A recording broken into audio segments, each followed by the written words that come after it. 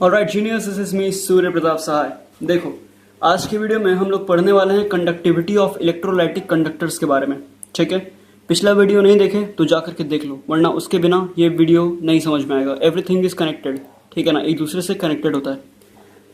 The conductance of electricity, देखो अगर इसको हम रॉड माने, आयरन का रॉड या फिर किसी मेटल का रॉड माने, ठीक है, तो इसमें इलेक्ट्रिसिटी का कंडक्टेंस कैसे होगा? इलेक्ट्रॉन्स के जरिए होगा। ठीक है, तो इसको हम लोग किस तरीके का कंडक्टर मानेंगे? इसको हम लोग बोलेंगे इलेक्ट्रॉनिक कंडक्टर्स, ठीक है, या फिर मेटालिक कंडक्टर्स। ठीक है, मेटल्स में क्योंकि इलेक्ट्रॉन्स के वजह से इलेक्ट्रिसिटी कंडक्ट होती है, हम लोग कहते हैं कि ये जो इलेक्ट्रिसिटी कंडक्ट हो रही है इलेक्ट्रॉन्स की वजह से हो रही है, इसलिए इसको इलेक्ट्रॉनिक कंडक्टर्स हम लोग बोलते हैं या मेटालिक कंडक्टर्स बोलते हैं, क्योंकि ये एक मेटल है। ठीक है, ये प्लास्टिक है हमको पता है, लेकिन फिर भी इसको मान करके चलो कि एक मेटल है। ओके, चलो फिर बिल्कुल उसी तरीके से अगर कंडक्टेंस इलेक्ट्रिसिटी का हो रहा हो, किसके जरिए? आयंस के जरिए, which is present in the solutions. Okay, ions के जरिए which is present in the solution, तो उस समय हम लोग आयोनिक कंडक्टेंस बोलेंगे। ठीक है, या फिर हम लोग बोलेंगे कि इस समय जो ये कंडक्टेंस हो रहा है वो इलेक्ट्रोलाइटिक कंडक्टेंस है। ठीक है, इलेक्ट्रोलाइटिक कंडक्टेंस या फिर इसी को हम लोग आयोनिक कंडक्टेंस भी कहते हैं। ठीक है, चलो फिर आगे बढ़ते हैं। कंडक्टेंस ऑफ इलेक्ट्रोलाइटिक सॉल्यूशन, ये 5 चीजों के ऊपर डिपेंड करता है। ठीक है, again conductance of electrolytic solution 5 चीजों के ऊपर डिपेंड करता है। सबसे पहला है कि तुमने सॉल्यूशन में जो इलेक्ट्रोलाइट्स डाले, ठीक है, पानी में इलेक्ट्रोलाइट जो डाले हो, वो इलेक्ट्रोलाइट का नेचर क्या है? ठीक है, so number 1 thing is nature of electrolyte. Number 2 thing is size of ions and their solvation. ठीक है, जो इलेक्ट्रोलाइट डाले वो यार आयंस में टूटे ही होंगे, ठीक है, कटायन आयन में टूटे ही होंगे, तो इनके साइज क्या है? ठीक है, और उनके सॉल्वेशन पे भी ये काफी ज्यादा डिपेंड करता है। Okay, then nature of solvent, solvent के नेचर के ऊपर और उसके विस्कोसिटी पे भी डिपेंड करता है। ठीक है, देन कितना इलेक्ट्रोलाइट डाले हो, ठीक है, कॉन्सेंट्रेशन के ऊपर डिपेंड करता है, कॉन्सेंट्रेशन ऑफ इलेक्ट्रोलाइट। ओके, देखो सबसे पहला नेचर ऑफ इलेक्ट्रोलाइट, दूसरा size of ions and their solvation. ठीक है, third one is nature of solvent and its viscosity. ठीक है, fourth one is concentration of electrolyte and the fifth one temperature. देखो temperature, अगर तुम रेजिस्टेंस के case में जाओगे तो टेम्परेचर को अगर इंक्रीज करते हो रेजिस्टेंस में तो टेम्परेचर बढ़ता है ना। अगर एक सेकेंड रुक जाओ, तुम अगर उसके केस में जाओ, क्या बोलते हैं, मेटालिक कंडक्टर्स के केस में जाओ, तो मेटालिक कंडक्टर्स के केस में अगर तुम टेम्परेचर को इंक्रीज करो तो रेजिस्टेंस तुम्हारा बढ़ेगा। ठीक है, अगर तुम मेटालिक कंडक्टर को देखो और अगर मेटालिक कंडक्टर का तुम हीट इंक्रीज करो, टेम्परेचर इंक्रीज करना शुरू कर दो, तो क्या होगा? उसका रेजिस्टेंस चेंज होगा, बढ़ेगा उसका रेजिस्टेंस। ठीक है, लेकिन अगर तुम इलेक्ट्रोलाइटिक कंडक्टर लेते हो तो इलेक्ट्रोलाइटिक कंडक्टर में अगर तुम टेम्परेचर को इंक्रीज करते हो तो इसका रेजिस्टेंस घटेगा। ये अपोजिट है, ठीक है ना, इसमें अपोजिट ही केस होता है टेम्परेचर को लेकर के। तो इससे हम लोग कह सकते हैं कि अगर टेम्परेचर को बढ़ाओगे, ठीक है, तो कंडक्टेंस CONDUCT, तो कंडक्टेंस भी बढ़ेगा ही बढ़ेगा। ओके, जी भी तुम्हारा बढ़ेगा अगर तुम टेम्परेचर बढ़ाओगे। ठीक है, और आर जो है तुम्हारा, आर क्या हो गया? आर हो गया तुम्हारा रेजिस्टेंस, तो रेजिस्टेंस तुम्हारा घटेगा। बिल्कुल डिफरेंट केस होता है तुम्हारा मेटालिक कंडक्टर्स में। मेटालिक कंडक्टर्स में if you will increase the temperature then resistance will be increased, and in this conductor electrolytic conductor में if you will increase the temperature then the conductance will increase. Okay, not resistance, conductance will increase. इसमें तुम्हारा resistance घट जाएगा temperature increase करने से। ठीक है, here temperature is inversely proportional to resistance. Okay, and there temperature is directly proportional to resistance. चलो फिर ओम्स लॉ तुमको बता दे। ओम्स लॉ कोई भी कंडक्टर के ऊपर एप्लीकेबल होगा, ठीक है, चाहे वो इलेक्ट्रोलाइटिक कंडक्टर हो, ठीक है, और मेटालिक कंडक्टर के ऊपर तो हम लोग न जाने कितनी बार ओम्स लॉ लगा चुके हैं, ठीक है ना। तो ओम्स लॉ जो है वो तुम्हारा एप्लीकेबल है also for your electrolytic conductors. ठीक है, चलो फिर आगे बढ़ते हैं। Resistance of a conductor can be measured with the help of Wheatstone bridge. देखो व्हीटस्टोन ब्रिज, ये तुमको फिजिक्स में पढ़ना होता है, ठीक है, फिजिक्स में पढ़ना होता है। आई होप कि तुम लोग इसको पढ़ लियो। If you don't know Wheatstone bridge then don't worry about it, I have already made a video on it. Okay guys, why don't you just check it? ठीक है, जाओ मेरे चैनल पे जाओ और इसको सर्च करना। सर्च भी करने की जरूरत नहीं है, फिजिक्स के प्लेलिस्ट में घुसना, वहां पर तुमको मिल जाएगा व्हीटस्टोन ब्रिज। ओके, बहुत सही तरीके से इसको हम समझाया मैं। तो रेजिस्टेंस तुम निकाल सकते हो कंडक्टर का with the help of Wheatstone bridge. अच्छा एक बात, अगर तुम रेजिस्टेंस निकाल सकते हो, ठीक है, तो कंडक्टेंस कैसे निकालोगे? रेजिस्टेंस जो है, रेजिस्टेंस इसका, एक सेकेंड, कंडक्टेंस क्या होता है? इसको हम लोग जी से डिनोट करते हैं। कंडक्टेंस क्या है? Reciprocal of resistance. तो अगर तुम रेजिस्टेंस निकाल दिए तो इसी का बस उल्टा कर दोगे तो तुम्हारे पास कंडक्टेंस नहीं आ जाएगा, एकदम आ जाएगा। अब कंडक्टिविटी कैसे फाइंड करते हैं तो वो सब हम अभी देखने वाले हैं, ठीक है ना, उसके लिए टेंशन मत लो। चलो फिर देखते हैं हम लोग। यहाँ तक पहले एक बार फिर से क्लियर कर लो, हम लाइन बाय लाइन पढ़ देते ताकि अगर मान लो कोई लाइन अगर तुमको नहीं भी दिख रहा हो या फिर दिखने में प्रॉब्लम हो रहा हो, क्योंकि पता नहीं कैमरा में क्या हो गया यार, अगर दिखने में प्रॉब्लम भी हो रहा हो तो फिर तुम उसको इजीली कर पाओगे, ठीक है ना। तो चलो लाइन बाय लाइन एक बार बोलते हैं। Conductivity of electrolytic conductors, the conductance of electricity bye ions which is present in the solution is called electrolytic और ionic conductance। अगेन वही बात फिर से हम लोग रिपीट कर रहे हैं इसमें कि अगर सॉल्यूशन के अंदर के आयंस की वजह से इलेक्ट्रिसिटी कंडक्ट हो रहा हो तो उस समय हम लोग जो कंडक्टेंस होगा उसको हम लोग बोलेंगे that it is an ionic conductance. Okay, और कंडक्टेंस 5 चीजों के ऊपर डिपेंड करता है। Conductance of electrolytic solution basically depends on 5 terms. Number 1 is nature of electrolyte, number 2 is size of the ions and their solvation, number 3 is nature of solvent and its viscosity, number 4 concentration of electrolyte, number 5 temperature. बढ़ाओगे तो conductance बढ़ेगा, घटाओगे तो conductance घटेगा, ठीक है। Ohm's law दोनों ही के ऊपर एप्लीकेबल है, यहाँ पर लिखा हुआ है that Ohm's law is applicable to electrolytic conductor, ठीक है। ये बेसिकली मेटालिक कंडक्टर के ऊपर भी डिपेंड करता है। Guys don't worry about the notes, I will give you a clear picture at the last moment, ठीक है ना। लास्ट मोमेंट पे तुमको इस पूरे के पूरे वीडियो का बहुत ही सही नोट्स अच्छे क्लियर पिक्चर में मिल जाएगा, इसलिए डोंट वरी अबाउट दैट, ठीक है। बस अभी पढ़ने में ध्यान दो। रेजिस्टेंस तुम वैसे कैलकुलेट करने वाले हो व्हीटस्टोन ब्रिज से यार। अगर तुम ओम्स लॉ लगा सकते हो तो फिर उसी तरीके से तुम रेजिस्टेंस निकालने के लिए व्हीटस्टोन ब्रिज का तो इस्तेमाल कर ही सकते हो, ठीक है।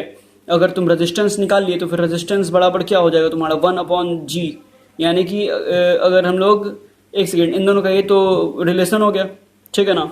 तो अगर हम लोग रेजिस्टेंस निकाल लिए हैं तो रेजिस्टेंस का अगर हम लोग हाफ कर देंगे तो हम लोग को जी नहीं मिल जाएगा, एकदम इजीली मिल जाएगा। यानी कि कंडक्टेंस के लिए हम लोग को बस रेजिस्टेंस एक बार निकाल देना है। If we will calculate resistance then conductance तो यार इजीली निकल ही जाएगा।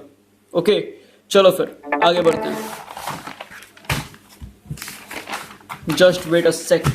देखो हम लोग व्हीटस्टोन ब्रिज के मदद से निकाल तो लेंगे, लेकिन हमारे पास 2 प्रॉब्लम्स ऑकर होता है which have to be solved. नहीं तो फिर हम लोग व्हीटस्टोन ब्रिज के हिसाब से एक्यूरेटली रेजिस्टेंस नहीं निकाल पाएंगे। अगर रेजिस्टेंस नहीं निकल पाया तो कंडक्टेंस तो भूल ही जाओ, ठीक है। अगेन हमारे पास 2 प्रॉब्लम क्रिएट होता है व्हीटस्टोन ब्रिज के बाद भी 2 प्रॉब्लम्स क्रिएट होता है, ठीक है। अगर इलेक्ट्रोलाइटिक कंडक्टर का तुमको रेजिस्टेंस या फिर कंडक्टेंस निकालना है तो, ठीक है। ऑब्वियस सी बात है यार, अगर रेजिस्टेंस नहीं निकालोगे तो रेजिस्टेंस के बिना कंडक्टेंस तो इसमें निकलने से रहा, ठीक है। चलो फिर सबसे पहला जो प्रॉब्लम है वो है कि डीसी करंट जो होता है, डायरेक्ट करंट जो होता है, अगर उसको तुम पास करवाओगे फॉर अ लॉन्ग टाइम अपने सॉल्यूशन से तो जो सॉल्यूशन का जो कॉन्सेंट्रेशन है वो बिगड़ जाएगा, ठीक है। ऑब्वियस सी बात है यार, पानी जो है वो ज्यादा करंट अगर मिलना शुरू हो जाएगा डायरेक्ट करंट तो फिर वो वेपोरेट होना शुरू हो जाएगा, ठीक है। और अगर पानी वेपोरेट हो गया तो जो कॉन्सेंट्रेशन है, कॉन्सेंट्रेशन सॉल्यूशन का बिगड़ जाएगा, बुरी तरीके से बिगड़ जाएगा, ओके। और हम लोगों को एक्यूरेट नहीं मिलेगा जो कि हम लोगों को चाहिए था। हम लोगों को मिलेगा कम कॉन्सेंट्रेशन वाला या फिर ज्यादा कॉन्सेंट्रेशन। समझ में आ रहा ना तुमको कि आयंस वगैरह कॉन्सेंट्रेशन बढ़ जाएगा, पानी का घट गया तो, ठीक है ना। तो एक तो प्रॉब्लम ये हो गया हमारे पास की जो डीसी है, अगर हम लोग उसको इलेक्ट्रोलाइटिक कंडक्टर से पास कराते हैं तो फिर वो क्या करता है कि वो कॉन्सेंट्रेशन को चेंज कर देता है, ठीक है। ये passing of DC through electrolytic conductor changes the concentration of solution, okay. Here conductor छूट गया था, ठीक है। कंडक्टर, यार कैमरा को क्या हो गया। और दूसरा है कि सॉल्यूशन को देखो, व्हीटस्टोन ब्रिज अगर तुम पढ़े हो यार तो ठीक है, नहीं पढ़े हो तो फिर उसमें जरूर जाना। हम एक प्लेलिस्ट तैयार किए हुए हैं इसका, फिजिक्स का, तो फिजिक्स के प्लेलिस्ट में तुमको मिल जाएगा Wheatstone bridge, okay. So don't worry about that. देखो व्हीटस्टोन ब्रिज में तुम रॉड वगैरह का इस्तेमाल कर सकते हो, ठीक है ना। तुम मेटल्स वगैरह का इस्तेमाल कर सकते हो, मेटालिक कंडक्टर्स का इस्तेमाल एकदम इजीली कर सकते हो, तुम किसी कंडक्टर का रेजिस्टेंस निकाल सकते हो व्हीटस्टोन ब्रिज की वजह से। लेकिन तुम किसी सॉल्यूशन को व्हीटस्टोन ब्रिज में कैसे लगाओगे, ठीक है ना। तो यही प्रॉब्लम हो गया हमारा। दूसरा प्रॉब्लम यही है that solution can't be connected to bridge, ठीक है। तुम व्हीटस्टोन ब्रिज से सॉल्यूशन को कनेक्ट कर ही नहीं पाओगे, यही सबसे बड़ा प्रॉब्लम हो गया इसका। चलो फिर तो दोनों का हम लोग पहले सॉल्यूशन निकाल लेते हैं। सबसे पहला तो हो गया कि ये passage of DC, passing of DC, अगर डीसी को पास करोगे तब ना इलेक्ट्रिसिटी, तब ना ये जो इलेक्ट्रोलाइटिक सॉल्यूशन है, इलेक्ट्रोलाइटिक कंडक्टर है, इसमें तुम्हारा कॉन्सेंट्रेशन चेंज होगा। हाँ, अगर तुम डीसी पास ही ना कराओ, तुम एसी पास करा दो, तब तो ये तो ज्यादा बेटर हो जाएगा, ठीक है। तुम एसी पास करा दो, तुम्हारा कॉन्सेंट्रेशन जस्ट का तस रह जाएगा, वही का वही रह जाएगा, तो ये तो बेटर हो गया ना तुम्हारे लिए। चलो फिर तो सबसे पहला हो गया जो डीसी का हम लोग का प्रॉब्लम था कि अगर डीसी को पास करवाओगे through an electrolytic conductor then the concentration of the solution will be change, ठीक है। तो यार इसका तो हो गया, हम लोग डीसी लगाएंगे नहीं, हम लोग एसी डाल देंगे। समझ में आना ना यार बात? अगर समझ में आ रहा है तो लाइक कर दो, ठीक है, और आगे देखो वीडियो को। दूसरा, सॉल्यूशन जुड़ ही नहीं सकता है ब्रिज से। सॉल्यूशन को तुम कैसे जोड़ दोगे? ये ब्रिज जो है वो तुम्हारा कुछ मेटालिक कंडक्टर्स वगैरह को आपस में जोड़ता है, ठीक है ना, मेटालिक कंडक्टर्स को जोड़ता है। ये व्हीटस्टोन ब्रिज के ऊपर हम पूरा एक वीडियो बनाया है, बेसिकली तुमको उतना भी जानने की जरूरत नहीं है, ठीक है, उतना मत घुसो। अरे यार लाइट कट गया, एक सेकंड वेट करना, एक सेकंड वेट करना। बेसिकली ये वाला ज्यादा बेटर हो गया लाइट कटना ज्यादा बेटर हो गया, फ्लैश लाइट ऑन कर लिया इसका। चलो फिर देखो हम लोग क्या बात कर रहे थे, हम लोग बात कर रहे थे कि अगर डीसी को हम लोग लगाते हैं, ठीक है ना, व्हीटस्टोन ब्रिज में एज अ सोर्स, तो क्या होगा कि हमारा जो सॉल्यूशन का कॉन्सेंट्रेशन है वो बिगड़ जाएगा, ठीक है। इलेक्ट्रोलाइटिक कंडक्टर में जो सॉल्यूशन है उसका कॉन्सेंट्रेशन बिगड़ जाएगा ज़्यादा देर तक डीसी अगर लगा गया तो हम लोगों ने डीसी लगाया ही नहीं, हम लोगों ने एसी डाल दिया, ठीक है। दूसरा जो प्रॉब्लम था कि सॉल्यूशन को हम लोग कनेक्ट ही नहीं कर सकते हैं ब्रिज से, तो उसके लिए देखो हम लोग क्या चाहिए, कंडक्टिविटी सेल एक नया चीज आया, ठीक है, conductivity cell. So what is this conductivity cell? This is basically ये तुम्हारा एक सेल होता है। कैसा सेल होता है ये देखो, ये तुम एक ग्लास ट्यूब लेते हो, ठीक है, कुछ इस तरीके का ग्लास ट्यूब लिए हो तुम, ठीक है।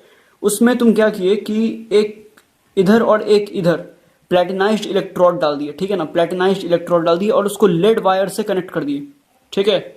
ये कुछ इस तरीके का है कि तुम एक ग्लास ट्यूब लिए, ठीक है, ग्लास ट्यूब लिए, दो प्लेटिनाइज्ड वायर लिए, प्लेटिनाइज्ड इलेक्ट्रोड्स लिए और उसको कनेक्ट कर दिए लेड वायर से, ठीक है, ठीक है।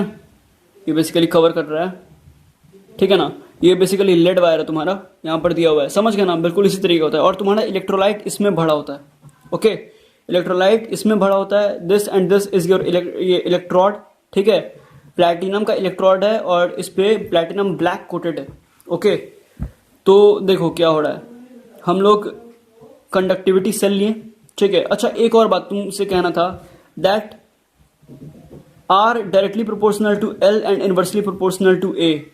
पिछले वाले वीडियो में हम तुमको बताया था that L is basically the distance of conductor, ठीक है। लेकिन इस वाले केस में, इलेक्ट्रोलाइटिक कंडक्टर्स के केस में, ये कंडक्टिविटी सेल जो आ गया, इसमें ये जो एल है, L is basically distance between these two electrodes, okay. L is nothing but the distance between these two electrodes, ठीक है। चलो फिर, और ये हो गया इलेक्ट्रोड, प्लेटिनाइज्ड इलेक्ट्रोड हो गया, ठीक है। ये बेसिकली कवर्ड है फ्रॉम प्लेटिनम ब्लैक। चलो फिर, एक तो ये हो गया। तो हमारे पास एक और कंडक्टिविटी सेल आता है, वो कुछ इस तरीके का दिखता है, ठीक है। एक बीकर टाइप का कुछ होता है, ठीक है, एक ऊपर से ऐसे होता है, ठीक है, दो वायर यहाँ पर जुड़े होते हैं, ओके, दो वायर यहाँ पर जुड़े होते हैं और इनमें यहाँ पर इलेक्ट्रोड होते हैं, ठीक है ना। ये अगेन प्लैटिनम के इलेक्ट्रोड हैं which is coated with platinum black. देखो यहाँ पर हम लिख दिए हैं इस बार, platinum electrode is coated with platinum black, ठीक है। तो इलेक्ट्रोलाइट जो होता है वो यहाँ पर होता है इसमें, ठीक है, इस बीकर में इलेक्ट्रोलाइट भरा होता है, ठीक है। जो भी इलेक्ट्रोलाइटिक सॉल्यूशन वगैरह तुम्हारा वो इसी में होता है। और ये देखो इस बार ये तुम्हारे पास वायर है, ठीक है। अगर तुम इन वायर्स का इस्तेमाल करो तो फिर तुम कनेक्ट कर सकते हो स्टोन, ये मीटर ब्रिज से, ठीक है, मीटर ब्रिज बोल रहे हैं, नहीं, व्हीटस्टोन ब्रिज से तुम इसको कनेक्ट कर सकते हो, ठीक है। तो कैसे करोगे? व्हीटस्टोन ब्रिज बेसिकली ये है तुम्हारा, ठीक है। अगर कंस्ट्रक्शन बहुत छोटा तुमको लग रहा है तो फिर यहाँ पर देखो क्या होता है, ये कुछ इस तरह का होता है, ठीक है, ठीक है। हर एक साइड पे एक रेजिस्टेंस होता है, ठीक है। एक यहाँ पर हो गया, एक यहाँ पर हो गया, एक यहाँ पर हो गया और एक यहाँ पर भी हो गया। ये बेसिकली R1, इसको हम लोग मानते हैं R1, इसको R2 मान लो, ठीक है, इसको R3 मान लिए, इसको R4 मान लिए, ठीक है।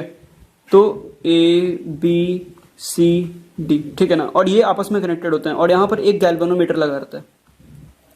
गैल्वेनोमीटर का तुम लोग काम जानते ही होगे, बेसिकली ऐसा हम बहुत अच्छी तरीके से बताए हैं तुम लोगों को व्हीटस्टोन ब्रिज में, लेकिन फिर भी एक बार बता देते हैं। गैल्वेनोमीटर का तो काम तुम लोग जानते ही होंगे। गैल्वेनोमीटर का काम होता है इलेक्ट्रिसिटी को डिटेक्ट करना, इलेक्ट्रिसिटी हो रहा है, इलेक्ट्रिसिटी का पैसेज है या नहीं, ठीक है। तो अगर इलेक्ट्रिसिटी इस डायरेक्शन में होता है तो फिर इसका जो निडल है वो इस डायरेक्शन में मूव कर जाता है। अगर इलेक्ट्रिसिटी इस डायरेक्शन में आता है तो फिर इसका जो निडल है वो इस डायरेक्शन में आता है। और अगर इलेक्ट्रिसिटी मूव नहीं हो रहा होता है, बैलेंस होता है, तो निडल एकदम सीधा खड़ा होता है, ठीक है ना। चलो फिर, और ये ऐसे वायर के साथ यहाँ पर से सोर्स लगा होता है। तो सोर्स में हम लोग AC लगाएं, AC का तो यही हम लोगों का सिंबल है, ठीक है। तो ये जो तो हम लोगों का खाली रेजिस्टेंस हो रहा है, ठीक है, खाली रेजिस्टेंस ये जो है इसी से हम लोग कनेक्ट करेंगे इन दोनों को हम लोग इससे कनेक्ट कर देंगे। और फिर व्हीटस्टोन ब्रिज से जैसे हम लोग निकालते हैं रेजिस्टेंस वैसे निकाल लेंगे, okay. After finding that we know that R is, एक second, we know that conductivity K, इसे डिनोट किया जाता है कप्पा से, ये सब हम पहले बता चुके हैं। और कंडक्टिविटी का फॉर्मूला होता है G इंटू जी स्टार, ठीक है, where G star is your cell constant, ठीक है। G star is your cell constant and G is your conductance, K kappa हो गया, ठीक है। सेल कांस्टेंट का फॉर्मूला होता है L/A, ठीक है। और ये G कंडक्टेंस ये तुम्हारा 1/R हो जाएगा।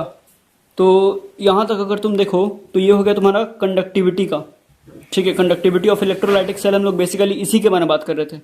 तो ये तो निकल गया। अगर कोई तुमसे पूछे कि सेल कांस्टेंट क्या होता है तो सेल कांस्टेंट L/A, तुम ये निकाल के बता दो, ठीक है। ये बेसिकली तुम ऐसे भी लिख सकते हो that G star equal R into K, ठीक है ना, ऐसे भी तुम कर सकते हो, ठीक है।